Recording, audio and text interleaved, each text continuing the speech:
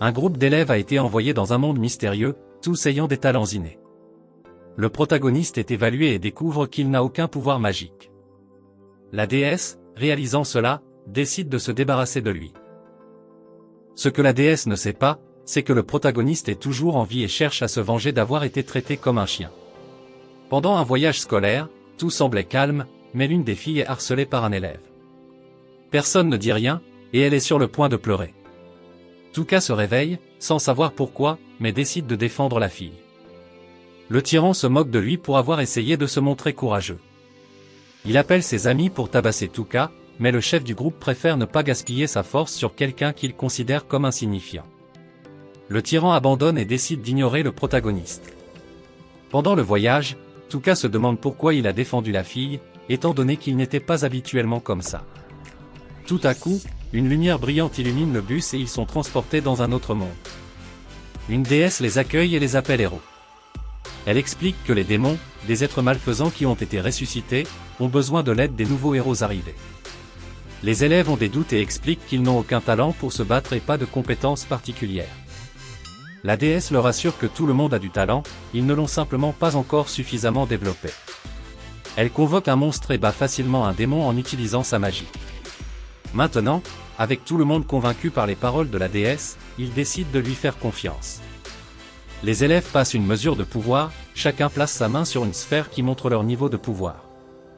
Chaque fois qu'un nouvel élève démontre du talent, la déesse devient enthousiaste et les appelle des prodiges. Le chef des tyrans a un niveau S, tandis que les autres élèves n'atteignent que les rangs A ou B.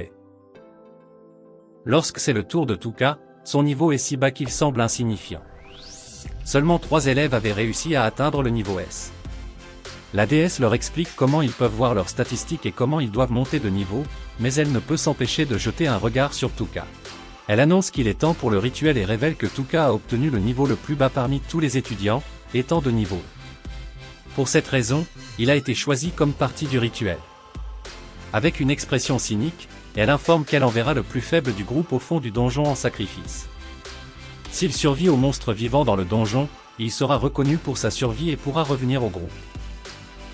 Touka essaie d'expliquer qu'il possède des compétences uniques selon ses statistiques, mais la déesse répond que ces compétences sont très communes et que tout le monde les a, sans qu'elles n'aient jamais été utiles. Les autres élèves, en particulier le chef des tyrans, lui disent d'accepter son sort, car ils veulent se reposer. Tout le monde lui tourne le dos, personne ne semble être de son côté. Lorsque tout semble perdu, une main se pose sur son dos. C'était Yasu, un garçon qui avait été victime de harcèlement pendant longtemps, et le seul qui lui avait tendu la main avait été Touka. Touka le regarde avec gratitude, mais Yasu commence à l'insulter et à le critiquer pour être seulement un niveau E, et lui dit d'aller dans le donjon une fois pour toutes, car il est un rang S. Touka n'arrivait pas à croire que toutes les personnes avec lesquelles il s'était lié lui tournaient le dos. La déesse lui lance une petite sacoche, qui sera sa seule source de fourniture. Avant qu'il ne soit envoyé dans le donjon, Ayaka mentionne qu'il est mal de se débarrasser d'un camarade de classe, expliquant que tout le monde doit travailler en groupe pour survivre. Alors qu'elle continue de parler, la déesse, incapable de supporter la contradiction, lui assène un coup dans l'estomac et la met hors de combat. Touka comprend qu'il n'a pas d'autre choix et essaie d'attaquer la déesse avec son pouvoir de paralysie, mais cela ne fonctionne pas. La déesse a dit à Touka qu'il était inutile de résister, un faible comme lui ne pourrait jamais survivre dans ce monde magique. En fait, elle lui rendait service en l'envoyant dans le donjon. Les voyous présents ont commencé à le critiquer sévèrement, le traitant de faible et se moquant de lui, tandis que les autres filles restaient silencieuses et que certains ne lui prêtaient même pas attention. Soudain, un cercle magique est apparu sous ses pieds, et peu à peu, son corps a commencé à se dissiper. Alors qu'il disparaissait, Touka se remémorait son triste passé, les coups reçus de ses parents, qu'il n'a jamais compris. Quelque chose en lui s'est enflammé, il ne se souciait plus de rien. Il a promis que s'il survivait, il se vengerait de la déesse, coûte que coûte. Touka est apparu dans une immense grotte sombre.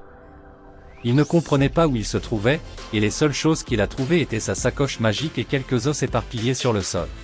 Il a décidé d'explorer la ruine mystérieuse, mais tout à coup, un monstre inconnu l'a attaqué. Sans autre option, il a commencé à courir de toutes ses forces, il ne pouvait pas se permettre de mourir là.